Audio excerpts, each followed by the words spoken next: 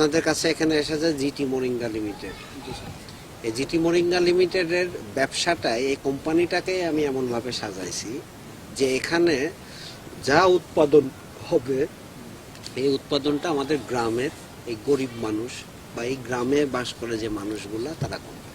আমাদের এই পাহাড় বাদে আরো অন্যান্য জেলাতে আমাদের কাজ চলছে। এই গ্রামের গরিব মানুষকে যুক্ত করেছে যে তাদের বসত বাড়ি বা তাদের যা সম্পদ আছে, তাদের যতটুকু জায়গা আছে সেখানে তারা চাষ করবে, কৃষি করবে, কৃষি করেই তারা আয় করবে।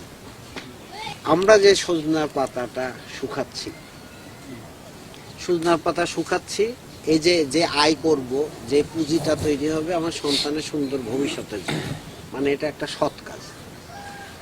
সন্তান যখন জন্ম দিয়েছেন, আপনার সন্তানদের সুন্দর ভবিষ্যৎ নিশ্চিত করার দায়িত্ব আপনার, আর এই দায়িত্বটা পালন করা হলো সৎ কাজ। অসততা দিয়ে সৎ কাজ বা ভালো কাজ হবে না। তাহলে আমাদেরকে কি করতে হবে? আমরা যেমন আপনাদের উপর বিশ্বাস রাখছি, সেই বিশ্বাসটার মর্যাদা রাখবেন। আপনারা এটা মাথায় রাখবেন যে এটা মানুষ খাবে, গরু ছাগল খাবে, এটা মানুষ খাবে। তাহলে সেই নিরাপদে আপনাদেরকে এটাকে শুকাতে হবে। আর কি হচ্ছে যে তাহলে এই ভোক্তা আমাদের উপরে, কোম্পানির উপরে যে আস্থা বিশ্বাসটা রাখছে, তাহলে সেই আস্থা বিশ্বাসের মর্যাদাটা থাকবে। তাহলে আমরা যেমন কোম্পানির যারা আমরা আছি, আমরাও এরকম এই সৎ কাজের অংশীদার হব, আপনারাও হবে। ঠিক আছে?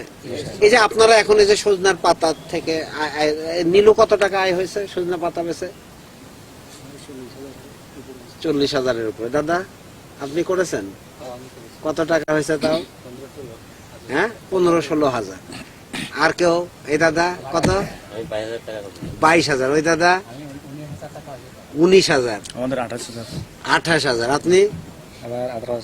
18,000। তাহলে দেখেন এই যে এক একজনের টাকাটা আসছে, এই পাতাটাই কোম্পানি জিটি মোরিঙ্গা লিমিটেড না কিনলে পাতাটা ঝরে পড়তো, এই টাকাটা আসতো।